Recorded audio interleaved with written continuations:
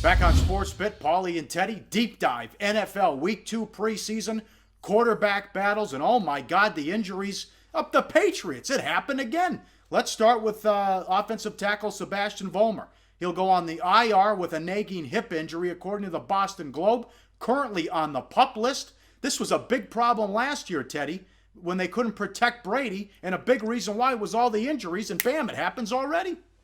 And if you think about the 2015 New England Patriots season and how it ended in Denver, in a game where they couldn't move the football in the fourth quarter because Tom Brady was under constant pressure, and I believe they go 3 and out on 4 of their last 5 drives to let Denver come back and win that game.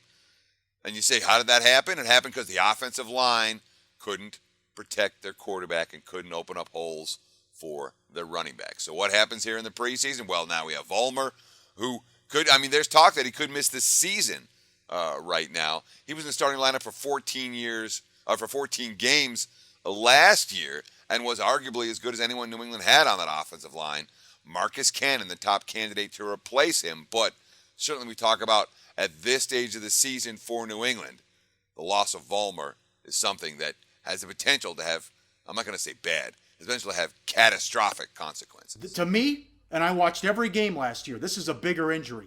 Dion Lewis tore his left ACL on November 8th. He has to undergo a cleanup surgery that will sideline him indefinitely. That's Mike Reese, ESPN Boston. One source told Adam Schefter there's a chance he'll return this year. That offense was night and day when Lewis was in there, and then he was out. He was great for Brady to find on third down and move the chains. Yeah, and again, a lot of times the running back injuries we kind of poo-poo. I do, personally. But when you talk about a running back that makes catches on a consistent basis for first downs out of the backfield in those tough third down spots, Dion Lewis is that guy. Now, he hasn't played since, last November 8th? We're talking about a surgery now that's going to sideline him indefinitely. But there is hope, at least, for New England that he will return at some point this season, but he's not going to be there in September. He's not likely to be there in October. The Denver Broncos, halfway through the preseason. Who's the quarterback? The door is open for Paxton Lynch. Yeah. Simeon and Mark Sanchez did their best to lose the job on Saturday. Simeon threw the ugly pick 6 in the first quarter, and Sanchez, he looked hapless. What do we say it? He lost 2 fumbles in the red zone in the second quarter. Couldn't complete passes. It was, your classic Mark Sanchez type of performance. And we've seen enough of Sanchez that we know what he's going to bring to the table. Now, let's not forget, the Broncos had the 31st ranked passing game in the NFL last year. They don't need someone who can do everything at the quarterback position. What they need is someone that's not going to lose them games at the quarterback position. And right now, all 3 quarterbacks could lose them the game. Simeon is not an NFL starter. Sanchez is not an NFL starter. And Paxton Lynch, I'm sorry, coming out of Memphis, I know that he's big. I know that he's got a ton of potential. I don't look at him as someone who's ready to come in and start an NFL game right now. I certainly haven't seen that from his early efforts in the preseason. Here's Gary Kubiak talking about Paxton Lynch. Quote, he's always been in the mix. I told you guys that he's behind the other 2 from a knowledge standpoint, but we've been out there competing every day. Everybody is in competition to play. Doesn't matter. Sanchez, Simeon, Lynch. Whoever wins this job is not going to win this job. It's going to be because the other 2 guys have lost it. And from a confidence standpoint in the fourth quarter, for as bad as Peyton Manning played last year, Pauly, with the game on the line in the fourth quarter, his teammates had faith in him. I'm not convinced that any of Denver's 3 quarterbacks are going to enjoy that same level of respect in the huddle and in the locker room. Sanchez knew he blew it. He said it after he squandered a big opportunity. He's right. Look at the quotes. Did you see the quote? I'll do it. Here's throw up the Sanchez quote, guys. I squandered a great opportunity to separate myself and put the team in a bad situation. No excuse for that. Poor QB play. Simeon, quote, I just can't turn the ball over. Made a bad decision. I want that one back. The bad play, the pick 6. You can't have one bad play. This will be wild. Now, nothing but good plays. Hey, the market said, all right, do it again. Prescott did. He accounted for 4 touchdowns. The Cowboys hammered the Dolphins. Oh, yeah, and this is why he got my money. I didn't think he could do it again. Dak Prescott was phenomenal. Yeah. He was a MVP of the preseason so far. Yep. It's John Mannion, maybe. Dak Prescott, I mean, it's been 2 great weeks for Prescott. Let's put it that way. And doing it again against first stringers and second stringers, not the back end of the bench. I mean, Cowboys offense moving up and down the field with Dak Prescott behind center. And, of course, if you had Dallas in that game, and not many people did, a lot of money came on the other side. Dolphins took a fortune. And the books did very, very well on that contest. The books had a pretty good weekend overall in NFL preseason action. But they'll be sending Christmas cards to Dak Prescott.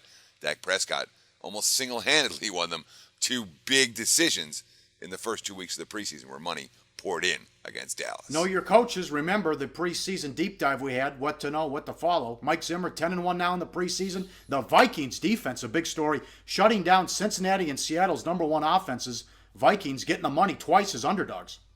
Oh, yeah, and I'll tell you what. I mean, their defense shut down Seattle. They were all over the Seahawks on it. Basically every play, they dominated the line of scrimmage.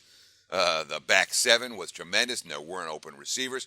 This is a pretty good-looking Seahawks first-string offense. Pretty good-looking Bengals first-string offense. I haven't seen a defense in the preseason that's looked a whole lot better than the Vikings defense, and they did it again in getting that outright win in Seattle. A question for you. Was it the Bills' defense Saturday or the Giants' offense? Giants shut out 10 points, 8 turnovers through 2 games. Yeah. And the answer is a little bit of both. I mean, the Giants' offense has stunk the first 2 games. And, again, McAdoo, I haven't seen anything from McAdoo that's showing that he's super concerned about it. I think that there's certainly some offensive line issues for the Giants that they're trying to resolve here in training camp. But I haven't looked at the G-men from a coaching standpoint and seeing a coach who's panicking or saying, hey, we got to change things right now. If you remember, McAdoo's offense took a little while to get rolling, certainly in his first season as the offense coordinator, and that was part of the reason why the Giants were a sub-500 team that year. That being said, when you have 10 points and 8 turnovers through 2 games, it's certainly not a good sign. And, of course, Ryan Nassib is the number 2 quarterback. He's been rough. 9 of 27, 2 interceptions. He lost 2 fumbles through the first 2 games. And when we talk about quarterbacks we love to make fun of, Logan Thomas is one of those guys. He's even worse than the worst third-string quarterback in the NFL. Logan Thomas. Yeah, guy should be bagging groceries. I can't believe. I mean, we bet against him for 4 years at Virginia Tech, and Arizona drafted him, and I'm like, I can bet against him in the NFL preseason now too. Yes, Thomas, 7 pass attempts here in the preseason, 2 of them have gone for INTs. But for all the struggles of the Giants' offense, been 2 really strong efforts from the Bills' defense. I mean, they played the Colts week 1. The Colts' first-string offense didn't do anything. They played the Giants week 2. The Giants' first-string offense didn't do anything. Buffalo's got some star power on that defense. They've got a nice pass rush. They've got strong cornerbacks. And even with the injuries they've suffered here in training camp, there's hope for that Bills' D. But you ask me, Giants' offense good, Bills' defense, or Giants' offense bad, Bills' defense good. I'm not going to give it all to one side or the other. We're going to say a little bit of both. You want to go quick on Carolina? I know you really like their quarterback rotation.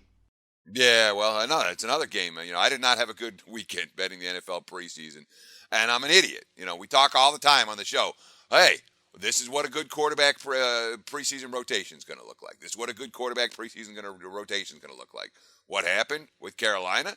That a good preseason, a good quarterback rotation. Derek Anderson comes in and throws for 118 yards after Cam Newton goes down. Joe Webb goes 5 of 5, throws for 60 more. Both quarterbacks lead touchdown drives. And Carolina, facing a concerted effort from Tennessee, controls the game in the second half with the strong backup quarterbacks. That's not Dustin Vaughn behind center, the Steelers' third-string QB. These are 2 guys who can move the football. And again, when you talk about strategies for winning in August, the second, the third-string quarterbacks that can move the ball up and down the field, you can make your money with. Hey guys, for the full video, go to sbrpicks.com. So we're giving you picks every day, and you're probably making your own as well. Be sure to participate in SBR's weekly Twitter Bankroll Challenge. Just post your picks on Twitter with @SBRSportsPicks and the hashtag BetSBR before 1 p.m. Eastern Standard Time every day, Monday through Friday. We'll be betting your picks, and if the bankroll is positive at the end of the week, you could win the profits. Picks must be of events taking place that day and available in at least one of the major sportsbooks shown in our Best Sportsbooks page.